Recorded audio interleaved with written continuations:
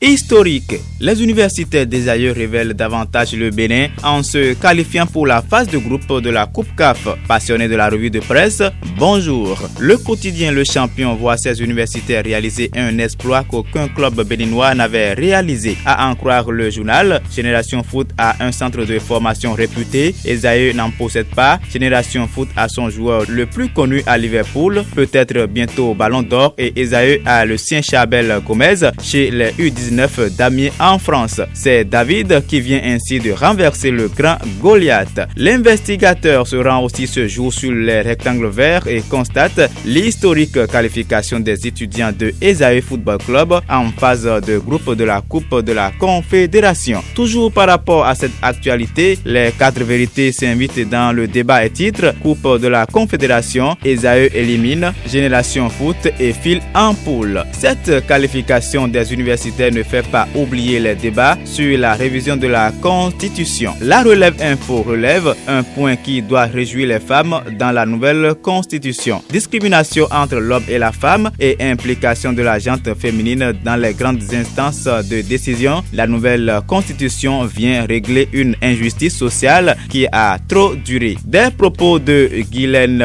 Kodo rapportés par le journal. La Libération installe le talon dans la sphère des hommes de parole. Et pourquoi? Le journal s'explique par la reconnaissance constitutionnelle de la chefferie traditionnelle. Toujours au sujet de cette révision constitutionnelle, l'actualité laisse lire que Talon réussit là où ses prédécesseurs ont échoué. Pendant ce temps, la question de l'amnistie préoccupe la dépêche. Le quotidien titre à propos « Amnistie, Yahi n'est pas concerné ». Direction secteur de l'économie où le Bénin séduit le FMI. La Nation rapporte l'information et évaluation des performances économique par le FMI, le Bénin maintient le cap de la croissance. Notre Temps, le label confirme l'information et estime, 5e revue du programme économique et financier, le chef de la mission du FMI satisfait du bon qualitatif de l'économie béninoise. L'investigateur fait ses investigations et confirme qu'après la revue de son programme, le FMI félicite le Bénin pour sa capacité de mobilisation des